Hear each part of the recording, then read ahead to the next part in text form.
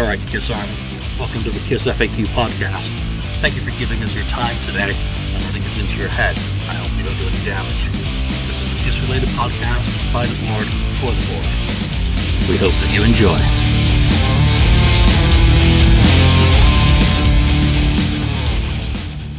Welcome to episode 76 of the KissFAQ podcast. I'm your host today, Julian Gill, and joining me, BagBoy, Alex. Hey there. 69th Blizzard, Ken, and St. Louis Kiss with a really bad hat, but, you know. Oh my god. I'm going to show just a pinch of loyalty to the 49ers, who will probably go 2-16 with Colin. Yeah, there were pictures of him throwing the ball. It was very reassuring. He knows which end to hold it. So. Looked really fit. Looked really good, huh? Yeah, I think as far as the Bay Area sports go, the Warriors need to keep winning so that we can at least be proud of one of our teams in the Bay. So, well, we're down a team here, so it's rough doings from here on out. So.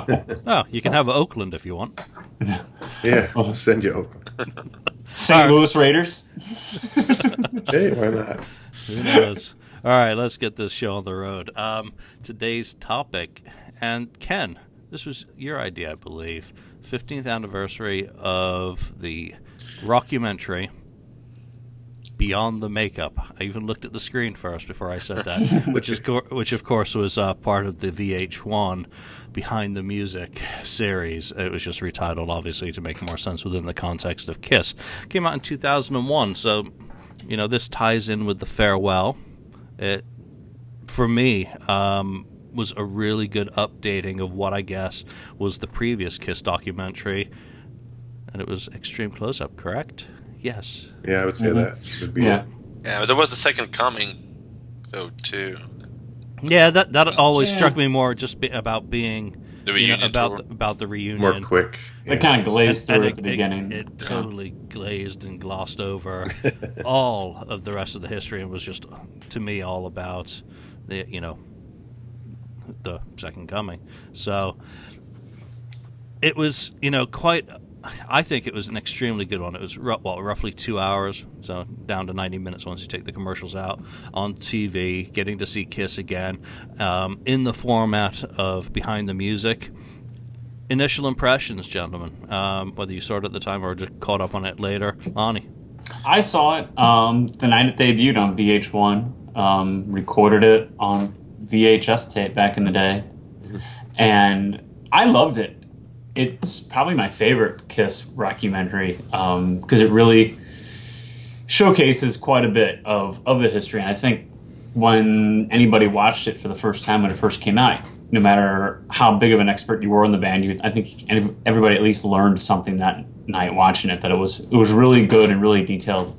I've watched it several times since, and I recommend it to people if they want a synopsis or history of the band. I mean, I've kept my VHS tape and I've transferred it to a DVD over the years, so I still have a hard copy of it, and I think it's the best one out there. Should they do? We'll get into more stuff later if they need to update it, but I think it's the best one out there, hands down. Yeah, and we're going to touch on that part, I'm sure, a bit later. Ken, what's your take on it? Yeah, I saw it when it came out. I didn't even know it was coming out on VH1. I didn't even know it was happening. All I remember is had VH1 on, and here's this Kiss documentary starting to show. I'm like, what? And I was glued to it at the time, but then I recorded it when they replayed it probably that same week. They were playing it usually they play that stuff several times over. So yeah, I had a VHS of that. Now I have a bootleg DVD that I have of that. Since they've never been released officially, I thought it might have been something they would put out on one of the Kissologies, maybe Kissology 4 if we're lucky, or maybe something else. We'll get down that road later. But yeah, I enjoyed it. I thought it was pretty thorough. I learned some things in there. There is some things missing, of course, that we'll talk about. But for the most part, yeah, that was the best documentary, thorough, had lots of cool things in it. So I enjoyed it. Alex, you're up. That's a day. I was in 8th grade when it aired, and I didn't see it till like a year later, so 2002. And I remember I just caught the tail end, so I remember seeing like Eric Singer and the Kiss costume talking, and I was like, what is this? And so I would go on, we had Comcast was the cable provider, and you could like search for programs. So I would type in Beyond like every week to see if it was going to be on, and finally there was going to be a showing at like 2 in the morning. So I remember staying up super late on a school night just to record it onto a VHS tape, and I wore the tape out. I watched that thing like religiously, like at least, you know, twice a month kind of a thing. I just thought it was so cool with you know, obviously we'll talk about what's kind of missing, but you know, myself at the time, I hadn't had any, you know, unreleased concert footage or anything like that, and so for me it was super cool seeing you know, all the different like costumes and the whole, you know, history of the band, even though there were some periods they do gloss over. Collectively it was very cool, and to see some of the names you weren't familiar with, like Eddie Kramer or Bill Aucoin or Joyce Bogart, you know, for me that was pretty cool. Bob Ezrin, to see those, like, see what they look like, because you know what Kiss looked like, but there were some of these names you didn't know what they looked like, so at least I didn't. So for me, I was excited. Yeah, and that's one of the things that I was going to kind of pick out as we go over our high points on it. For me, the high points really were the Joyce Bogart interview segments added in there, because she was with them from the beginning. She's a great counterpoint to Bill Aucoin, especially with her relationship with Neil, you know, having married him, obviously.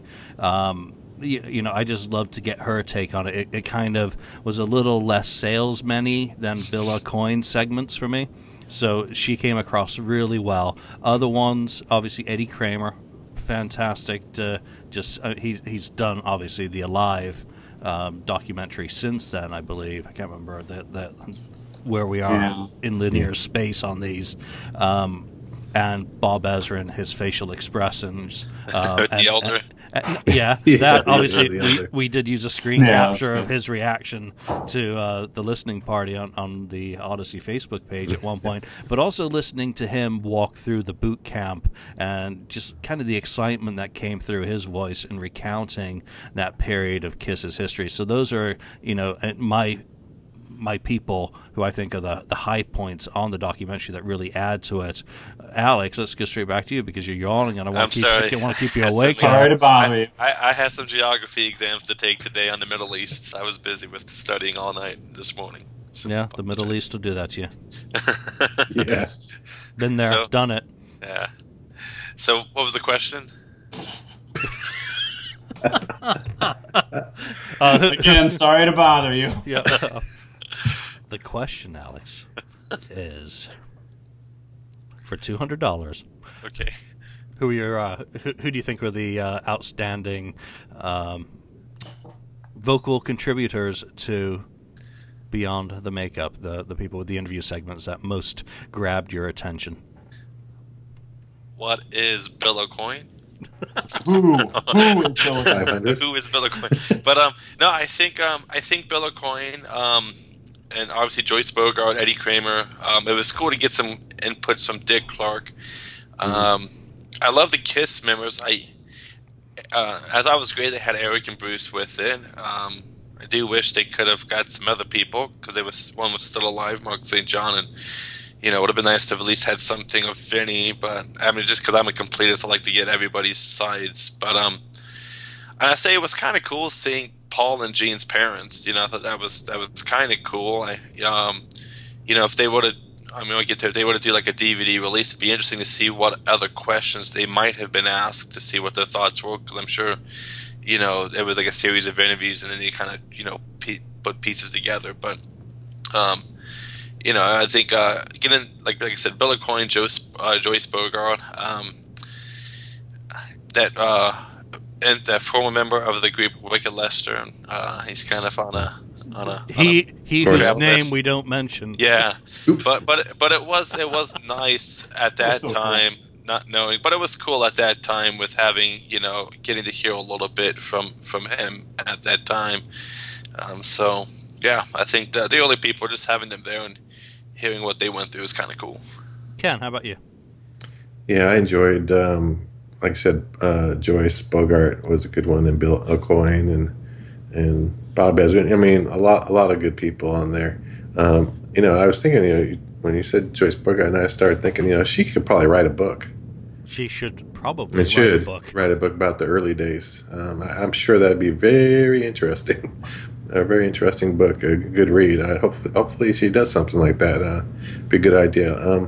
Otherwise, like Alex said, the parents. I liked seeing Paul's and Jean's parents, and it would have been nice to have had some other family members, maybe on the Ace side or Peter's side. One thing I did notice is Peter. I was hardly on this at all. I mean, he was only on maybe 3 segments. I don't know, very very short compared to the other KISS members. I want to say his is archival footage too. Because I think it was filmed like during the Australian leg of the farewell tour. So I don't think they were going to get Peter to do a whole lot of favors for him at that point in time. So that makes sense. So, but yeah, I enjoyed all the input there. Like this, you said the Bob Ezrin with the elder part. That was just classic. Lonnie, how about you?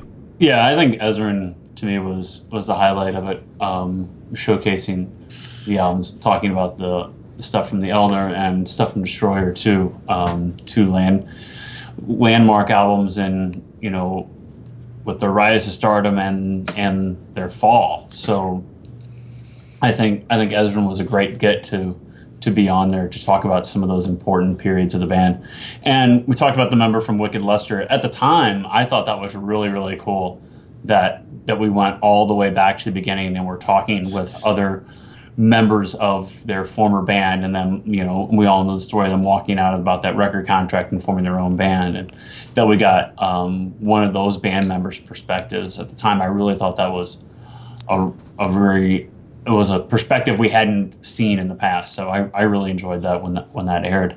And you guys all mentioned Joyce Bogart, and I'm not gonna not say her name either because she was fantastic on there, and I think you guys bring up an excellent point about her writing a book. I think that would be the outside perspective that we're missing from all 4 of the autobiographies about everybody's separate stories about how they think things went down. But I think that Joyce would be an excellent addition. And someone set off the alarm at my office. I apologize. Must be Daniel. I will mute myself temporarily. Yeah, just getting over to Joyce. I mean, if you think about that rinky-dink little book that came out, what was it, Going Platinum or Spinning Platinum, whatever it was, I think it was by one of Neil's sons, that doesn't go anywhere near telling his story. And I think Joyce could just do a much better job with having been Donna Summer's manager.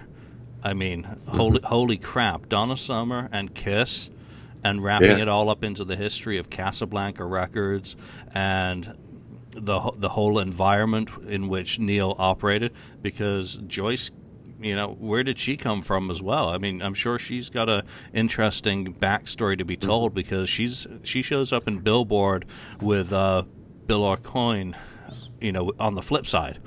So, as a woman working in the industry on that side of the industry is kind of really fascinating in this day and age when we're looking at female role models. So, I'd love to hear her story.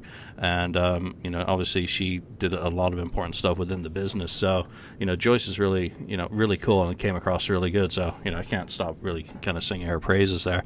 So I should get her on a podcast. There you go. Yeah. All right. So, high points of the documentary. What are those segments that you think really worked particularly well? What would be your favorite kind of eras that they did well? Obviously, I'm not going to really be able to pick one personally, because it was like such a flash of archival video going through at the time, and I know that there were people who were probably sitting there with their their VHS is pausing every frame, trying to identify the source of every single piece of video in there. And most of it's like, the common stuff. It's just how they put it together worked really well that I never bothered. Is that rare footage? Usually I do care, but when this came out, it was more, I looked at it from the point of view of the whole package. So that's my high point, is how they put all the visuals together with it. It just worked really well and didn't give me a seizure like the symphony and that kind of editing. So even though it flew by pretty quickly. Ken, some favorite either segments or footage that you saw on it? Well, just I like all the early stuff because we didn't see a lot of that, and I saw they showed their old pictures, and which has been in the history book and that sort of thing, and then they're talking about it, and the building. You see the buildings where they the loft area and those kind of pictures, and the real old makeup pictures when they were just trying to figure it out and stuff like that. Plus, I enjoyed the way they put the instrumental music in the background, Kiss's music in the background during this whole thing. They really did a good job. I mean, it was just, sounded great in the background to all this footage. But I would say the early footage was really more special because I hadn't seen a lot of it maybe at that time when I first watched this. Yeah, I mean, 15 years ago, it wasn't as easy as YouTube, was it? So no, we didn't have YouTube at our exposure, and we didn't have, we didn't have Kissologies to go and look at that are cleaned up footage. So I think I'm with you, Ken. That early stuff really showcased to me.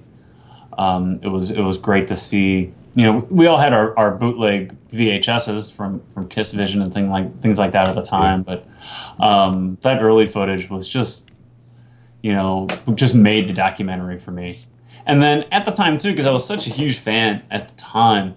Not that I'm not now, but I mean, I was seeing some of that farewell tour footage also because I had just seen him recently on the farewell tour. Like there's some footage from Detroit at the end where Paul's like thanking the crowd.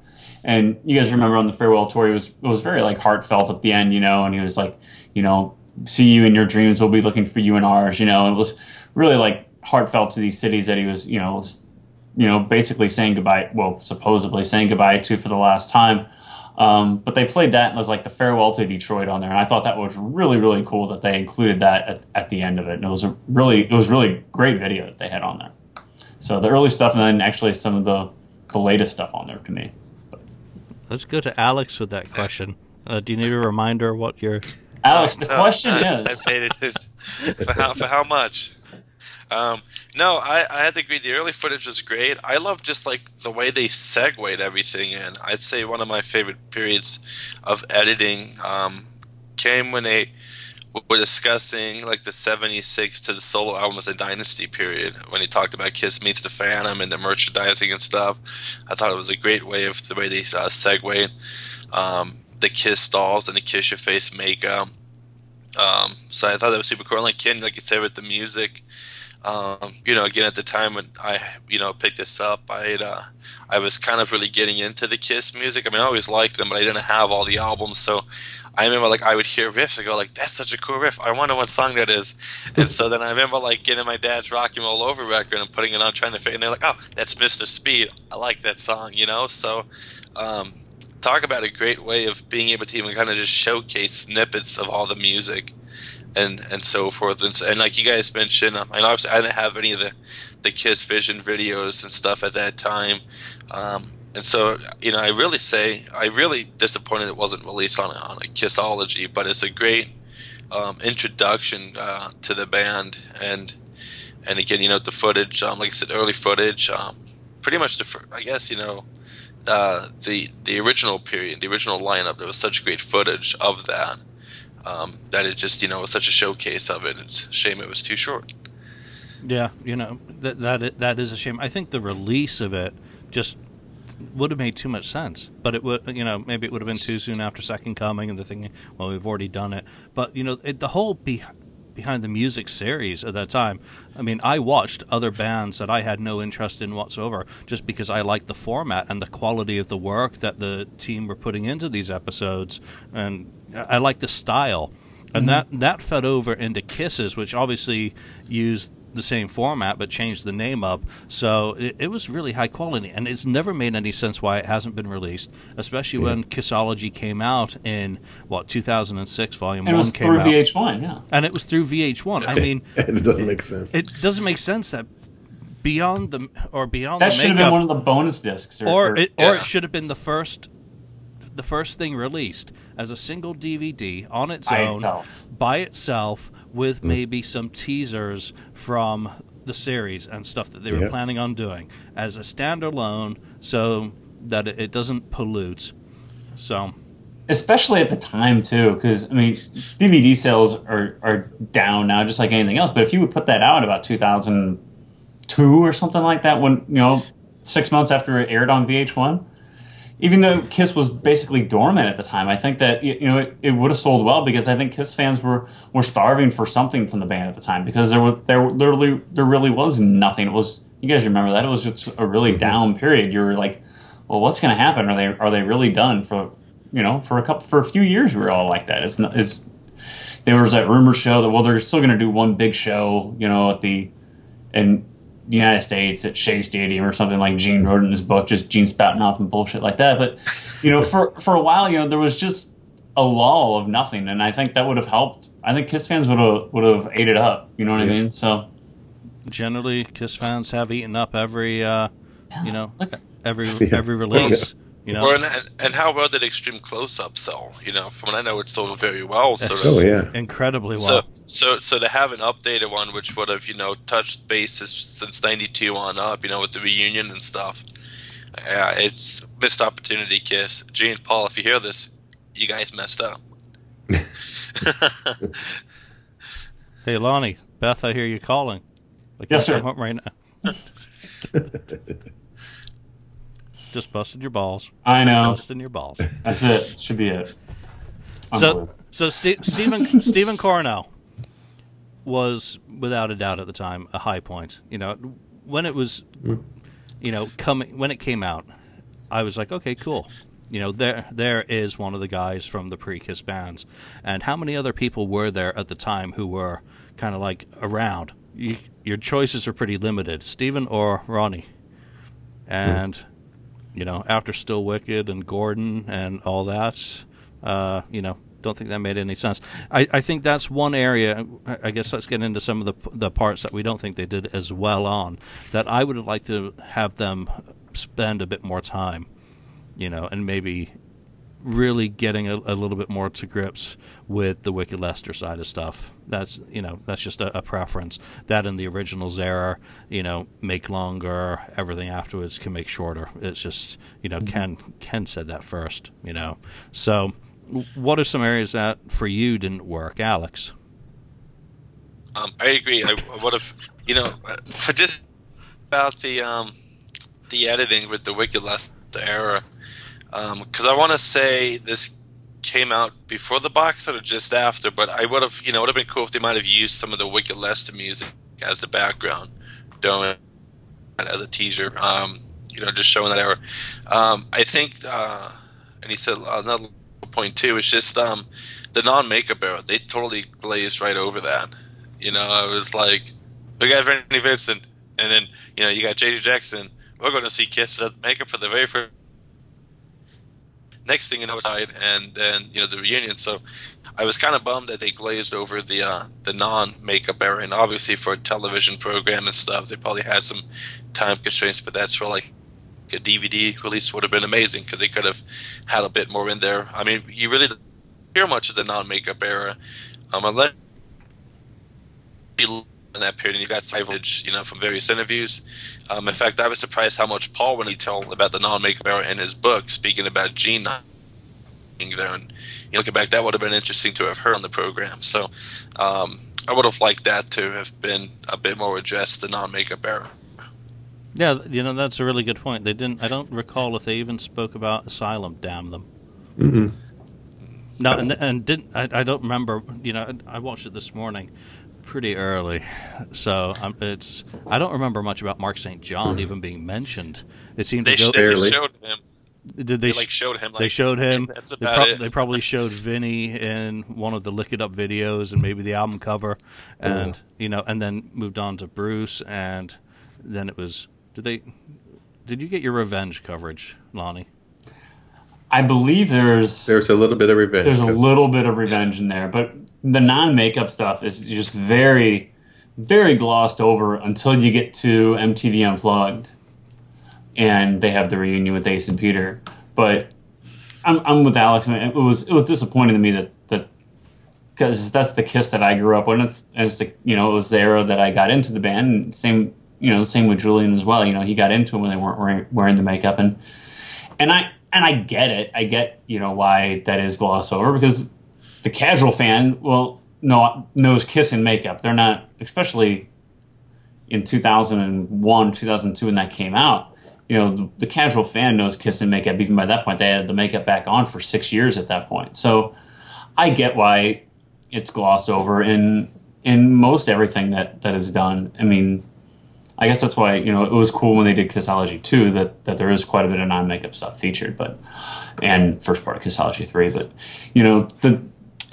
but for me it was cool that they included Bruce in there. Bruce has always remained a close member of the Kiss family per se, but the non-makeup stuff not being in there, and back to what Alex said, if they had done a DVD release, there might have been more footage that they intended to put on there, but had to shrink it down for time restraint purposes. That it could have been, even better, and Julian could have gotten his asylum fix out of it. So, but then again, how much point does it make with Kiss Exposed and Extreme Close Up? They give more attention to those periods that they made that's true as well. That this isn't really about those eras.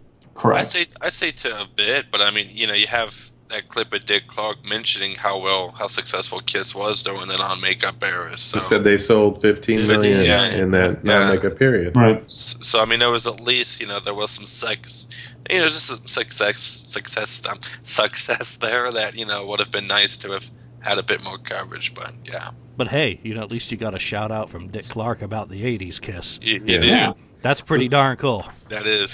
So here's what happened. I wrote some stuff down. With this Vinny, first of all, but right when they talking about Vinny Vincent, there's Paul gives a slight thing in there to Vinny, saying that he was chosen as the guitarist by default.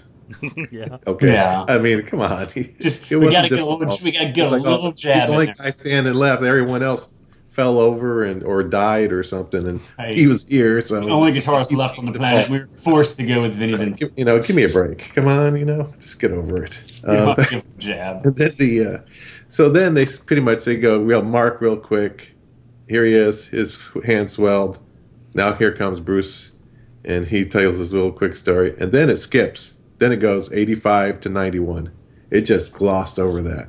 It went 85 to 91. They talked about revenge.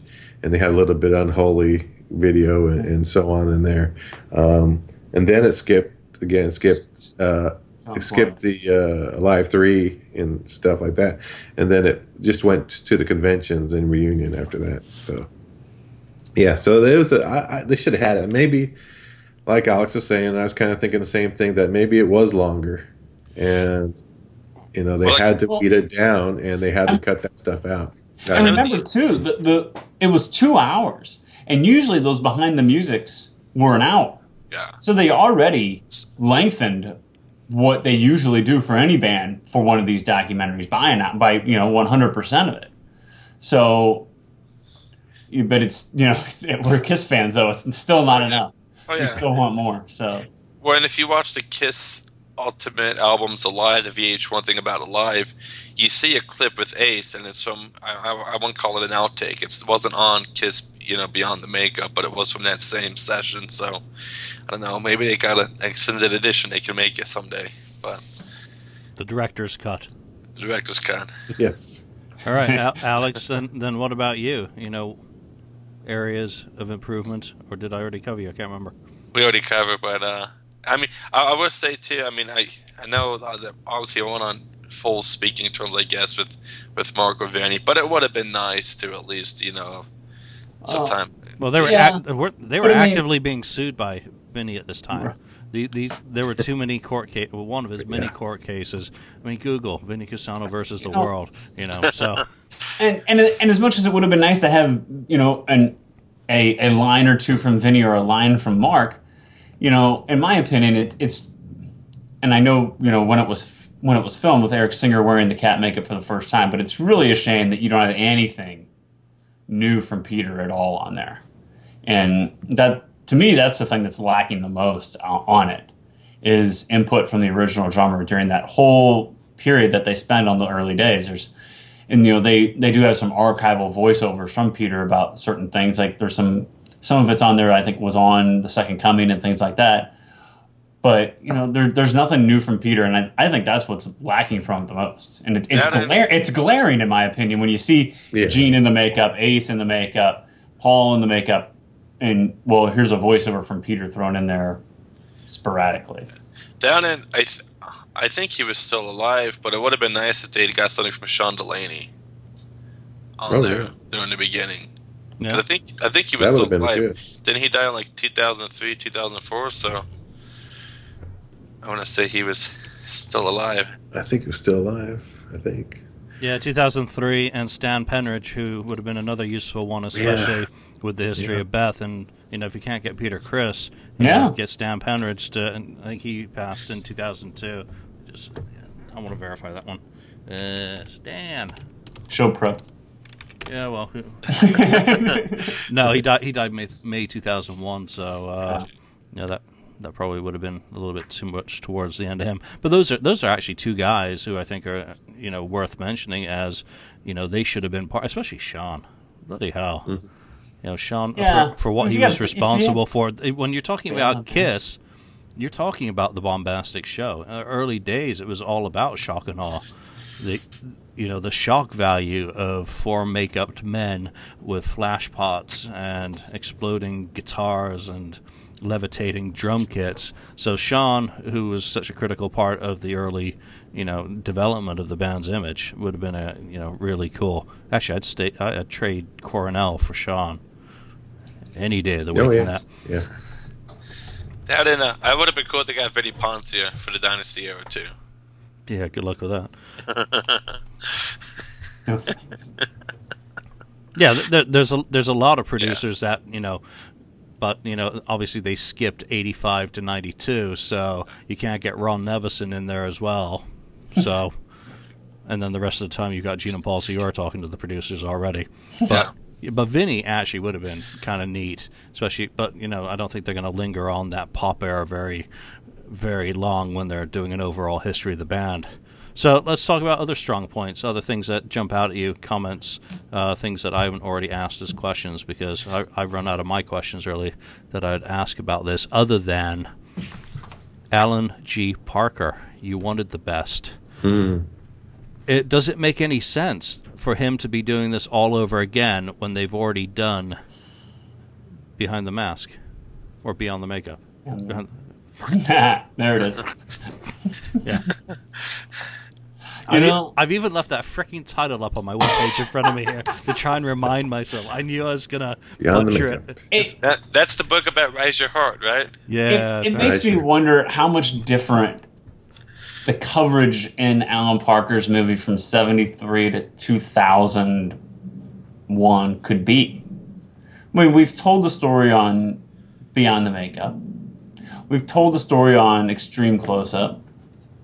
We've read the books. I mean, what's on there that's going to be the draw from that period? I mean, I don't know. I mean, are we going to focus on 2003 to present, because we saw like a mock-up poster of it with Tommy and Eric in the center of it, and people were pulling, you know, throwing things at the computer when they saw that.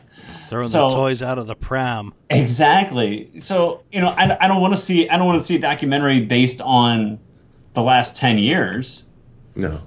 But I mean, I'd want to see the last 10 years glossed over like we glossed over the 80s and Beyond the Makeup. And that's me personally. Nothing against Eric and Tommy, but there hasn't been anything historic in the last, 10 years. We've had 2 albums, and that's great. More power to them. But I want to see a Kiss documentary. To me, is about 73 to the bulk of it being about 73 to 79. Yeah, that might be the problem with Parker. But you're not going to get any input from Ace and Peter on it. Same problem again is that exactly, and that's the glaring problem with Beyond the Makeup. There's no Peter Criss on it. There's not going to be any input on Parker's movie from Ace or Peter, either one of them. Yeah, because they didn't want to do it, and there is the key. They, and it would have been the same in 2001 with Peter, because obviously the situation was bad, opted to not participate and not have their side of the story. Though obviously part of the reason why they don't want to have their side of the story is because they don't have any editorial control about what they say and how it is used. So it's kind of a catch-22 for Ace and Peter whenever they're asked to participate in a KISS project, in that, oh yeah, come on Ace and Peter, we'll even pay you for it. Oh, but we're not going to let you have any say over how what you say is used. So it's fair from the perspective, if you are the producer, that you don't have to cede that control to someone else. But from the fan point of view, who maybe is more emotional, oh, fucking no Ace, no Peter, fuck you, So that's my big thing with Parker, is that he had the opportunity to get a lot of the people, but he went back to the same old well. He went back to Coronel. He went back to he had to go to, if he wanted Alcoin, he had to go to the archive. If he wanted Mark St. John, he had to go to the archive. And he didn't think, he didn't seem to have any grasp of maybe those people in history who would have been interesting to bring in. If you remember when the movie was kind of, on the brink anyway, and Coronel gets himself into trouble, I'm like, get Marty Cohen. He's still vertical with a pulse, and he was there as well. It was like, what are you doing to make it different? And how can any documentary now be different? You've got to bring in the cast of characters. You got to go out and get the Village people who did the background vocals and talk to them on camera. You've got to not go to Bob Kulick, because I'm sorry, it's been done to death. We've seen it. So let's talk about injecting things differently into a documentary, and I guess this comes into Alan's realm a little bit, of what would really make this a lot better. Who are the people that you think are missed? Not the Vinnie Poncias. Who are the cast of characters who can really tell the story of KISS? Lonnie? Unfortunately, with Bill being gone and with Sean being gone, and Neil Bogart being gone, it's getting harder to get a different perspective, because some of those core characters are no longer with us, which is a major shame. So how much different can you make, like Julian said, how much different can you make it from what we've already seen? And what would be the draw for someone to either go see a movie for a one night off in a theater, or to go buy a DVD of another KISS documentary when we've seen others in its past? So to me, it's very difficult, and unfortunately, I don't think it's possible for the right KISS documentary to be made, because in my opinion, it would have to be done by an outside source that's going to give equal say to the 4 core original members, and not let Gene and Paul have it under their thumb saying, no, I don't want that in there, or edit that out, or I want more of me and less of this guy. Unfortunately, I don't think it's possible to make a unbiased version of a KISS documentary, because Alan Parker doing this, he would have to submit it to KISS Camp, to Gene and Paul, and they're going to tell him, well, no, I don't want that in there, or that camera's not on me in a good angle. You need to put me in a better angle so I look better, and crap like that. So unfortunately, with some of the deaths that have occurred from the early days, and with Gene and Paul being in control the way they are and not wanting to give creative control to an outside source, I don't know if it's possible to make the KISS documentary that KISS fans really, really want to see. Unless you go the route of, say, what are those crowdsourced, are they Star Trek movies that are being made? currently. They are unofficial, and they're running into legal problems. And do you think Gene and Paul are going to let something like that be released, though? I think there are some areas that could be explored that could be done completely without the input of Gene, Paul, Peter, or Ace. And what I think would really be a fantastic idea, maybe for a Kickstarter, I mean, obviously the people who've got the technical knowledge would be better judges of it than I, is the original Kiss crew. Yeah. A documentary based on not just JR and Moose, but you go out and you find the Ant-Mans, you find the Fritzes. Fritz was obviously later, but you go back to the people who, the primary players in the 70s on the road crew, up through 78, screw Dynasty and beyond, and you make a documentary out of all of those people, and I think you have a much, better kind of story that can be told from that side of the road. Well, I think Lydia Chris would be an excellent perspective on that as well, talking about an outside source like that as well, because her book's fantastic, obviously. Yeah, and I think she'd be a great outside source also if you're going to go the route of outside Gene, Paul, Ace, and Peter. And what's her name? Maria Contessa, the costume designer. Laurie Greenan as well, the later ones. What about Larry? Yeah, Larry Harris, Chris Lent. I would have had him on there. Mm-hmm. We said Lydia Chris, John Hart. I mean, a bunch of these guys that supported the band out on the road. Just not like you said, not just the road crew itself, but any other involvement in just the business side, even around KISS back then, which was a small group of people until they got big and crazy towards the end of the 70s. They could have found a whole lot of people to help with the story. So I guess, and there's a ton of archival footage out there, I guess, that you could probably dig up too. But it'd be nice to have a different story on it. Do you know when he died? But is Ron Johnson, is he still alive? He was the... Yeah, so that would be exactly. That would have been somebody they've had for the that would be a real good one too. So the elusive Tony Zarella, because I think that's who's left from Wicked Lester. Ron Lee, Jack, and Tony. Brooks gone. Who else was there? Gene and Paul, your Kiss. So and then and Cornell's otherwise engaged. So I think I don't think the documentary about Kissry has been told.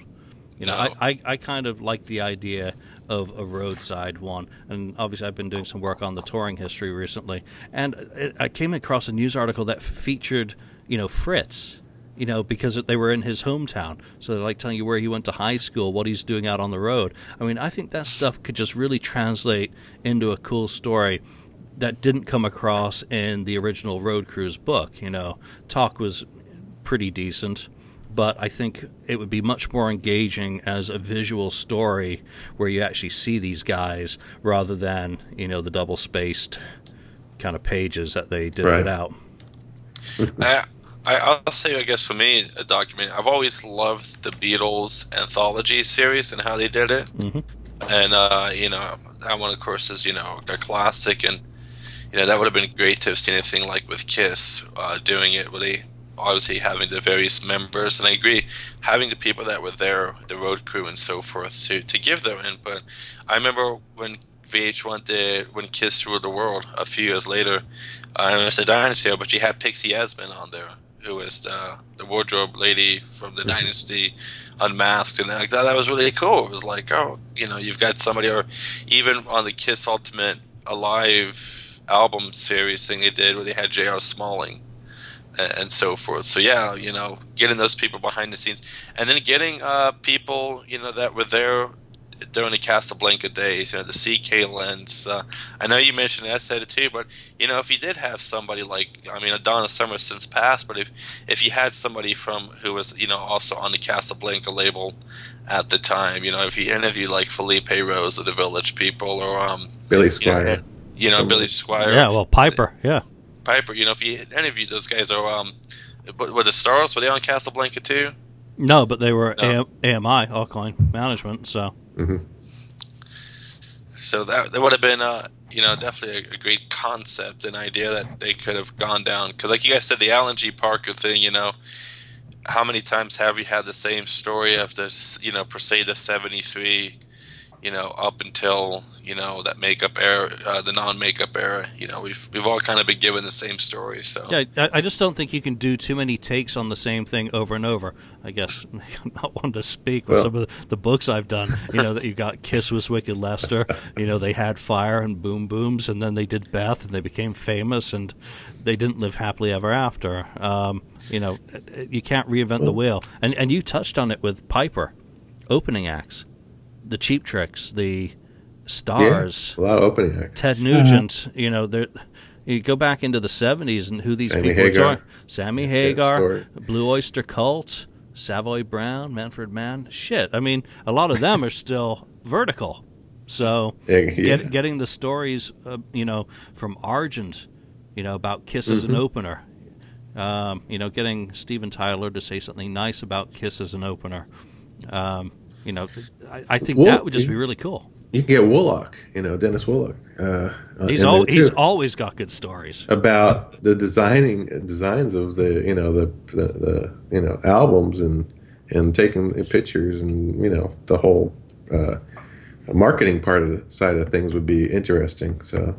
But I think you've really got to do it unofficially. You can't get into a situation like Alan did, that it's the official Kiss documentary, because you pay for that privilege, number one. Mm-hmm. And you give away all your control in some ways. And yes, it is Kiss. It is their story. It is their right to tell it their way. But you're just kind of hobbling yourself so creatively. Well, I thought that Parker said that they gave him full control. I mean, he said he had full control, and that he was going to just do it his way, tell the story his way. And he showed the film to Kiss, I thought, at some point. Yeah, he showed a cut. And something must have happened there where they didn't like. This is what I'm thinking, that they did not like the way they came across in his film, Paul and Gene. And they just nixed it. And they probably just, they nixed it and said, well, maybe we'll do something else with it. I don't know. But it just is very strange to me that it just disappeared so quickly. Yeah, so Beyond the Makeup's kind of like a high point for Kiss documentaries, because ever since then it's been a challenge. Look at the one that they tried to do for Paul Stanley. Right. Living to Win or whatever the hell. So, Live to Win documentary. The problem is they haven't released Kiss Beyond the Makeup. Sure, it's on YouTube, but it's not officially released anywhere for consumers. So technically it's not there. In my mind, it's not there, even though I have a bootleg. But it's there's nothing there other officially released beyond going back to Extreme Close-Up. Extreme Close-Up. So, was the Alive 25 years old? Was Alive Ultimate Albums released? I lose track of everything that did or did not come out. I want to say no. I want to say no. I don't remember it being released. No, I recorded it off of TV, and transferred it to a DVD, but I don't think it was ever officially released. If it was, I think the last, if there was to be a Kiss mockumentary, I'd call it that would be that Kissteria thing. That's awful too. Yeah, it is. It's awful. It's so staged. Oh my goodness. It's ridiculous. I was just watching it the other day. It's ridiculous. A grade school kid could watch that and go, no, this is ridiculous. This is so made up as we go. We're gonna plan this tour. Hey, let's do a date tomorrow night. Oh, okay, let's put tickets on sale. And down in the Kiss, it's so ridiculous. The Kiss Symphony thing with we got to get an orchestra ready in a few days. Wait, didn't you guys? I recall you guys had a press conference. I know a good orchestra. Here, hang on, let me make a phone call. Yeah, you can do it. Okay, great. It's so ridiculous. So I just jumped on Amazon, and Behind the Music's actually, quite a few of them are on sale there, which just stuns me. Again, this is Kiss we're talking about. The money. What happened? Megadeth, Behind the Music Extended Edition. There's a Motley. I know there's a Motley Crue one you can buy. Motley too. Crue, Blondie. I mean, shit, that's 3. Blondie. Might even buy all of those right now. Like Hell, Blondie. yeah. I remember watching the new edition one. That was kind of cool. No, it's sorry. Snow sorry, Village people one. sorry, your signal's breaking up. No, actually, interesting thing though. You did mention them. There was a True Hollywood story that was made on them, but the people who own the group, I believe in France, Scorpio, they had it yanked, and so it's not like they don't even have it listed anymore. So On which band? Village People, actually, there was a True Hollywood story that was done on him, but it got yanked. So yeah, some bands don't like them. It was too true. That was the problem. They couldn't get a suitable rating. Suitable rating. Yeah. But no, it really is. It really is such a shame they never released it Beyond the Make. Did it come out after the box set or before the box set? After, it was 2001. Okay, because man, that would have been. Box set came out in 2001. Yeah, They should have put it out in the. Well, that would have been cool to have because I remember box set. I remember my parents getting the Chicago box set, and it had 5 CDs and a cool book, and then it had a DVD with some archival footage. That would have been a cool packaging thing. They've done the Kiss box set, and then had Beyond the Makeup as the DVD. So you can listen to all your cool archival Kiss music, and then watch a little documentary on the Kiss band. So there's 2 more versions they could have released, right? You could have had your box set with the VHS tape, or on 2 volumes like they did with Second Coming. So is this year just going to be Kiss Rocks Vegas? That's the only thing they're releasing all year? Is that it? That what it sounds like. Sounds like it's it. Obviously, there's just been a bunch of reissues in Japan, but nothing of interest worth actually spending shipping on. Rocks Vegas, the pay-per-view comes out next week. I think the 14th is the date on that one. Yeah, 14th. And I'm looking forward to that. Here we go with a modern day kind of, re-showing. I don't know what the bonus features were, and I wasn't on the episode where you guys discussed it, and I haven't had a chance to listen to that episode yet. Sorry, guys. He doesn't even listen to our shows, Ken, when we do it without him. I am that busy since losing my job, so so I don't know. How much documentary did they show? There's a little before the concert starts. There are some quick interviews with Gene, Paul, Eric, and Tommy, and they talk about playing Vegas and in the standard Kiss lines of packing an arena show into a small theater, but we're Kiss and we can do it, so we did it, and it turned out great, of course, because we're Kiss and we're great. So yeah, that was pretty. I mean, is that pretty much what they said? Come on. Yeah, it was. It's the same old. It's the same one-liners that they have.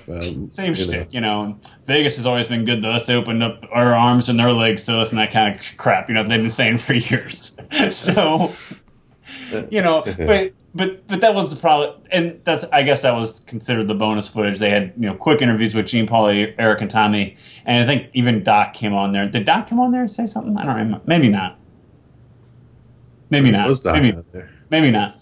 But they just had quick shots with those 4, talk about cramming the show in there, and then my favorite part of that before they showed the concert itself was Gene and Paul defending the set list, saying that these songs are time capsules for people's memories, and we have to play certain songs. Yeah, they took the 10 minutes of bonus footage to defend playing the same songs. I thought the time capsules are this.